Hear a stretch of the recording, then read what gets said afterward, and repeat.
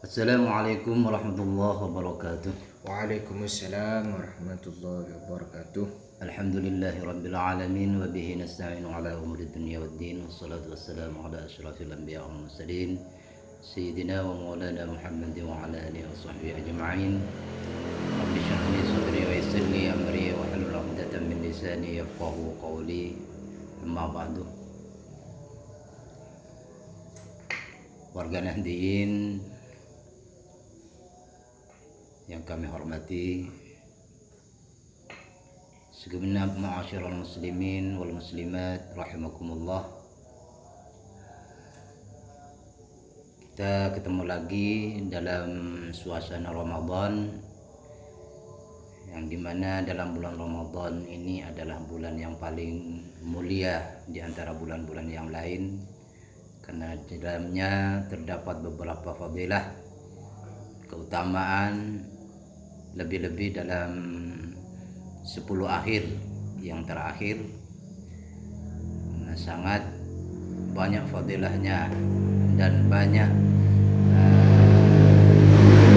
keutamaan yang terkandung di dalam Asyrul Awakhir dari bulan Ramadan itu sendiri, sehingganya kita sebagai muslim yang dipanggil oleh iman kita untuk mendahulukan perbuatan-perbuatan yang mengarah kepada kebaikan, sehingganya kita akan mendapatkan sebuah hasil yang maksimal dari bulan Ramadan itu sendiri. Mudah-mudahan kita sebagai warga Nahdien semua akan mendapatkan ridha dari Allah Subhanahu wa taala. Amin Allahumma ya rabbal alamin. Kiranya di dalam fadilah 10 akhir dari bulan Ramadan ini ada beberapa yang kita belum ketahui. Tentunya di sana menyimpan beberapa pertanyaan yang mungkin bisa kita jawab bersama dalam kajian 10 terakhir bulan Ramadan.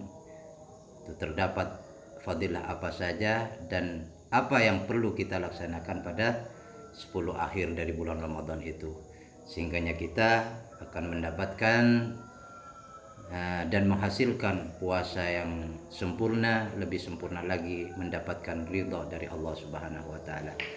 Mungkin dari Ibnu yang hadir pada malam ini ada yang bisa ditanyakan terkait dengan 10 akhir dari bulan Ramadan ini, yakni yang terkandung di dalamnya. Saya persilahkan untuk kepada Ibnu untuk bertanya. Dipersilahkan. Baik, di sini saya Sidik Nur Hadi selaku dari rekan Ibnu Kamal. Ini ada pertanyaan yang datang dari rekan-rekan saya ini. Apa yang dikatakan Pak Ustadz tadi, bahwasannya ya, di dalam 10 hari belakang itu ada fadilahnya. Fadilah, keutamaan. Terus apa yang harus dilakukan oleh umat Islam selama 10 hari ke belakang itu dalam bulan Ramadan, yaitu dari hari 21 sampai ke 30 dalam bulan suci Ramadan itu apa saja yang dilakukan oleh umat Islam, gitu Pak. Ya, terima kasih kepada perwakilan dari Ibnu. Mungkin kita bisa mengambil pengetahuan dari pertanyaan yang diwakilkan oleh Ibnu tadi, bahwasanya di dalam 10 akhir yang terakhir dari bulan Ramadan itu mengandung beberapa keutamaan, beberapa fadilah, beberapa ganjaran yang akan kita dapat selain Lailatul Qadar terdapat di dalamnya. Maka penting bagi seorang muslim yang sudah berpuasa tentunya untuk mengikuti apa yang menjadi petunjuk dari baginda Rasulullah Muhammad sallallahu alaihi wasallam. Di bulan Ramadan ini baginda Rasul sendiri yang sebagian sudah diceritakan oleh beberapa muhaddisin bahwa Nabi Muhammad SAW ketika masuk pada 10 hari yang terakhir, beliaunya sangat mendahulukan fadilah-fadilah yang sudah terkandung dalam Asrul Awahir, seperti syadda mi'zarahu. Beliau bergegas untuk mengerjakan apa yang menjadi kepentingan di dalam 10 terakhir dari bulan Ramadan itu. Beliau juga membangunkan istri-istrinya untuk melakukan ihya'ul lail, dan beliau sendiri dalam 10 yang terakhir dari bulan Ramadan diriwayatkan dari beberapa hadis itu selalu bangun dalam malam 10 terakhir karena untuk mendapatkan fadilah dan keutamaan di 10 yang terakhir itu. Maka wajib bagi orang muslim itu sendiri, kita sendiri semua warga Nahdiyin, untuk berusaha mendapatkan fadilah dan keutamaan di bulan Ramadan, yakni di 10 terakhir. Dan juga berusaha untuk membangunkan kerabat ahlinya, anak-anaknya untuk sama-sama mendapatkan fadilah dan keutamaan di bulan Ramadan di 10 terakhir. Karena di 10 terakhir ini memungkinkan untuk kita mendapatkan Lailatul Qadar, menjumpai Lailatul Qadar. Karena kebanyakan hadis yang diriwayatkan mengenai Lailatul Qadar itu terjadinya pada 10 akhir dari bulan Ramadan itu sendiri. Mungkin itu yang bisa kami jawab. Kita mengalih kepada pertanyaan yang lain, mungkin masih ada, dipersilahkan. Oh, baik kalau gitu. Terus ini terkait di bulan suci Ramadan. Ini ada pertanyaan terkait dalam bulan suci Ramadan. Ini apa hukumnya jika umat Islam itu meninggal dunia dalam bulan suci Ramadan? Nah, sedangkan dirinya itu masih punya utang puasa gitu. Apa hukumnya bagi umat Islam tersebut? Artinya pertanyaan ini, mohon maaf, saya mengklarifikasi dari pertanyaan tersebut bahwasanya yang mungkin yang ditanyakan adalah apa hukum yang akan diberikan kepada orang yang mati dan dia masih mempunyai hutang puasa. Iya. Ya, bismillahirrahmanirrahim. Kita jawab, mudah-mudahan ini bisa memberikan suatu motivasi kepada kita semua, dan mudah-mudahan kita diberikan panjang umur di dalam bulan Ramadan itu. Amin, bisa lengkap dalam 1 bulan, sehingganya juga kita mendapatkan apa yang kita usahakan dari awal bulan Ramadan sampai akhir bulan Ramadan. Karena dalam keterangan-keterangan yang ada, kalau memang manusia itu sudah ajalnya sudah tiba, tidak perlu sampai bulan Ramadan atau di luar bulan Ramadan juga akan datang ajalnya. Ajal itu bukan sebuah uzur. Jadi kita jawab, orang yang mati dan di bulan Ramadan dan beliaunya itu mempunyai hutang bulan Ramadan, maka yang wajib bagi ahli warisnya itu mengeluarkan fidyah.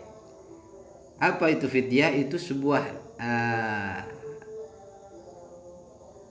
keringanan bagi si mayit untuk diberikan sebuah ganti daripada puasa tersebut. Pengganti dari puasa tersebut adalah mengeluarkan fidyah dari tirkat yang dia punya. Jadi kalau si mayit itu masih ada tirkatnya, peninggalan dari harta-harta bendanya, maka diambilkan dari situ untuk memberikan makan kepada orang miskin setiap hari. Apa yang harus kita berikan? Ya seukuran dengan ukuran sedang bagi makanan yang biasa dimakan oleh mayit tersebut. Artinya tidak terlalu mewah, tidak terlalu sederhana. Kita ambil tengah-tengahnya aja, seukuran dengan tengah-tengahnya, tidak terlalu mewah, tidak terlalu sederhana bagi ukuran makanan si mayit tadi. Dan itu ukurannya adalah 8 on. Untuk ukuran kita sebagai warga Nahdiyin sudah kita maklum semua bahwa ukuran dalam pemberian fidyah itu adalah 8 on. Itu sudah maksimal bagi ukuran pemberian fidyah bagi orang yang mati dan si mayit itu mempunyai hutang puasa. Dan mungkin itu diberikan dan seharusnya fidyah itu diberikan per hari bagi orang-orang miskin. Bagi satu orang miskin lah, bukan orang-orang, bagi satu orang miskin 8 on.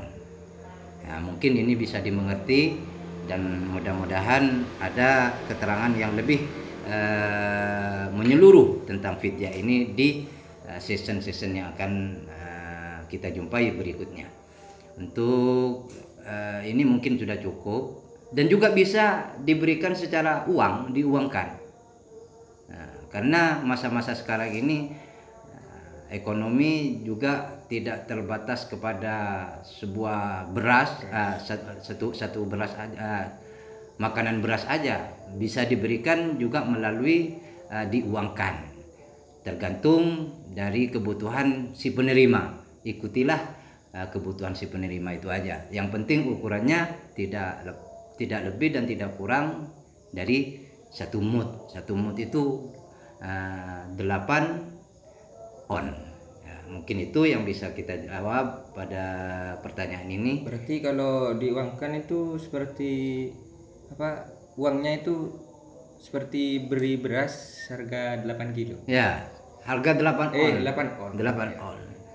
Untuk satu orang miskin itu, satu orang miskin diberikan per hari, diberikan per hari.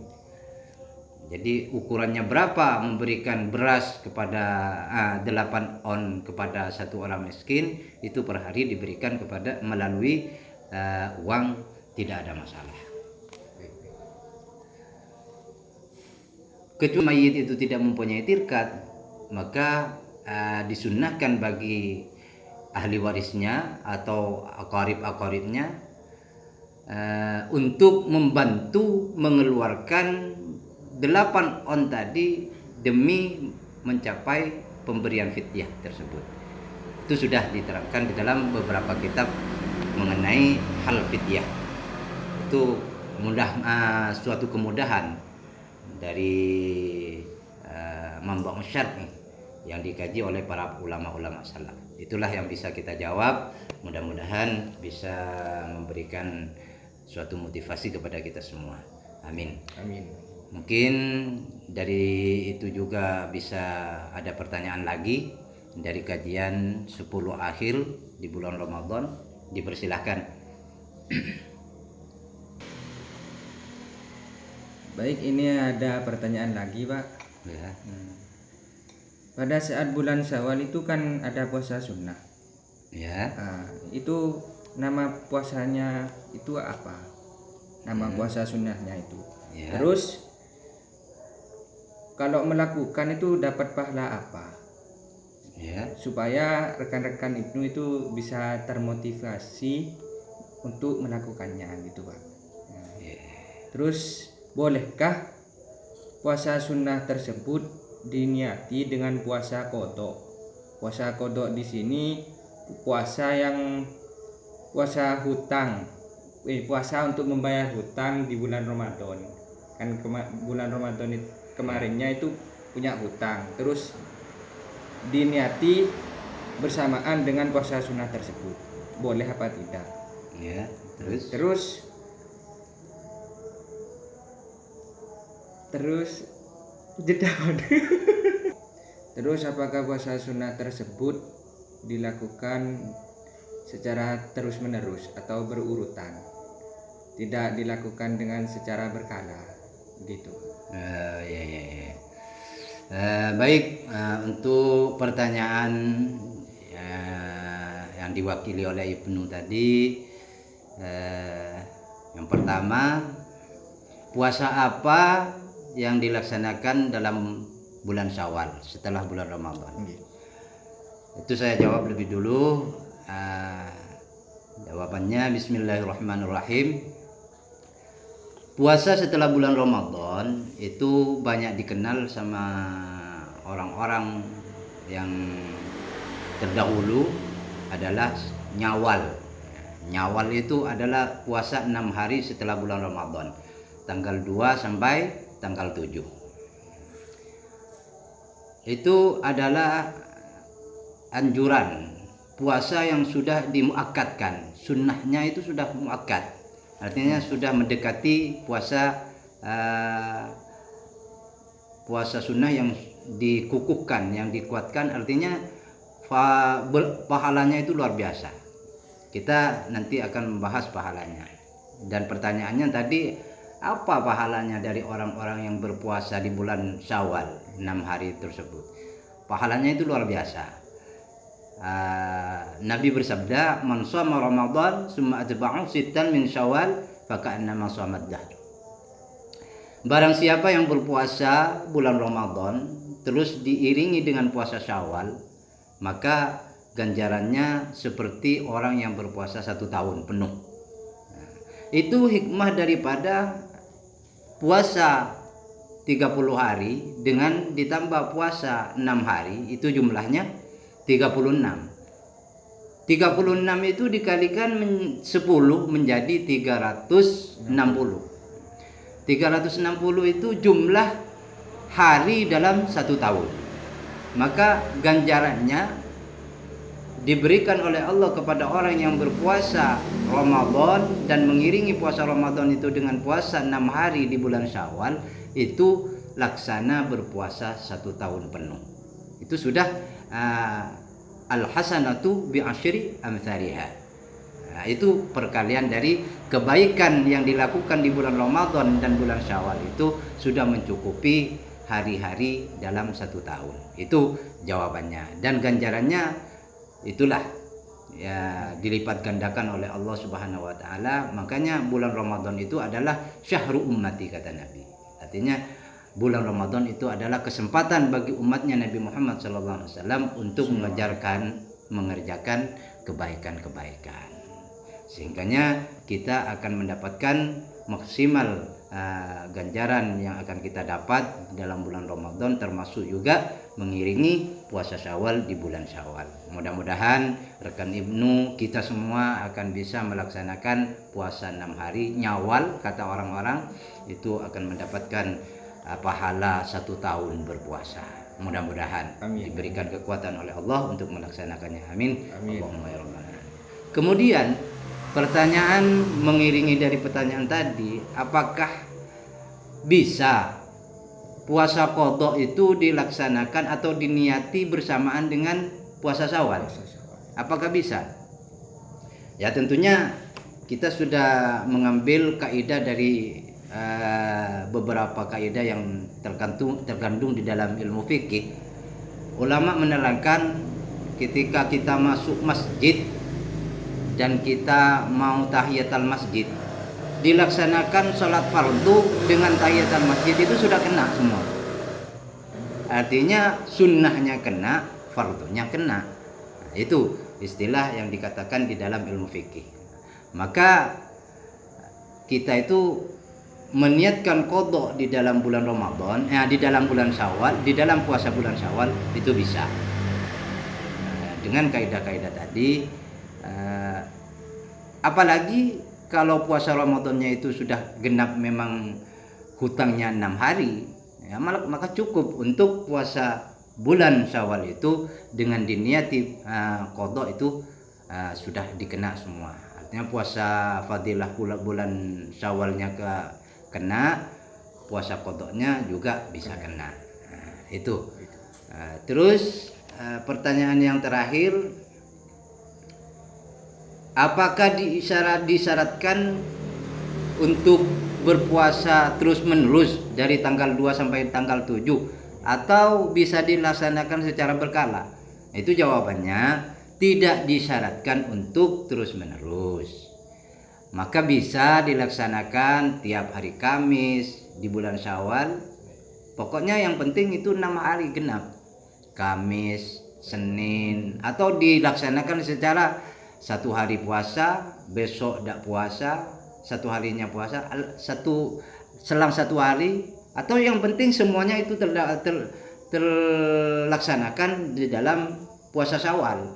Artinya tidak keluar dari puasa Syawal. Dari bulan Syawal. Baik dilaksanakan di Ayyamil Bidi, di pertengahan bulan, atau dilaksanakan di Senin Kamis bisa.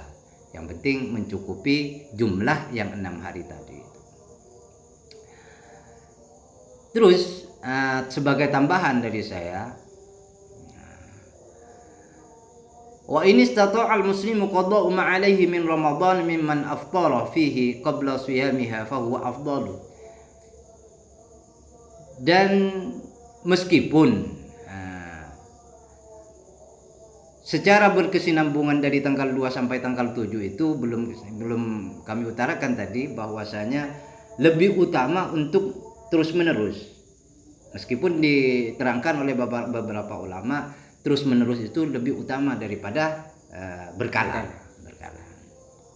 Dan kami teruskan, wa in istata'a al-muslimu qada'u ma 'alaihi min Ramadan mimman uftira fihi qabla siyamiha fa huwa afdalu. Dan kalau mampu orang muslim itu mendahulukan qada Ramadan. Artinya kita itu puasa Syawalnya setelah qada Ramadan itu. Kalau mampu. Ya kalau tidak mampu berbarengan saja, sama-sama kena. Tapi lebih utama kita laksanakan puasa qada dulu, kemudian kita puasa sunnah yang 6 hari itu. Karena hadis yang diriwayatkan karena berdasarkan hadis dainullah ahaqqu ayyuqda. Hutang terhadap Allah itu lebih utama didahulukan. Hutang kepada Allah itu lebih diutamakan. Artinya kalau kita itu melaksanakan puasa sunnah tapi kita masih mempunyai hutang kepada Allah, maka dahulukan yang wajib. Itu atas dasar-dasar pemahaman dari hadis dainullah ahaqqu ayyuqda.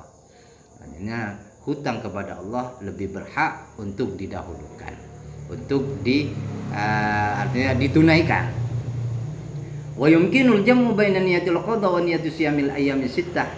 Dan bisa jadi niat qada itu dibarengi dengan niat sunnah. Seperti saya katakan tadi, bahwasanya tahiyatul masjid itu bisa gugur dan mendapatkan pahalanya ketika kita melaksanakan sholat fardu yang berada dan masuk masjid. Artinya kita kehilangan kemakruhan masuk masjid dan mendapatkan pahala sunat tahiyatul masjid, juga kita dapat pahala fardu yang tidak mengurangi pahala fardu yang sudah kita laksanakan.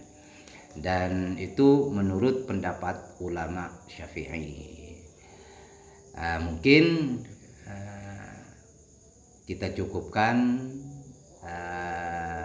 tanya jawab mengenai fadilah dan keutamaan yang terkandung di dalam 10 akhir dari bulan Ramadan.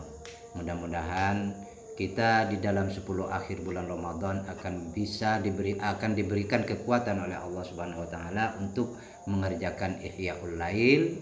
Artinya kita diberikan kekuatan untuk mendapatkan fadilah-fadilah yang tergantung di dalam Ashrul Awakhir tadi. Amin.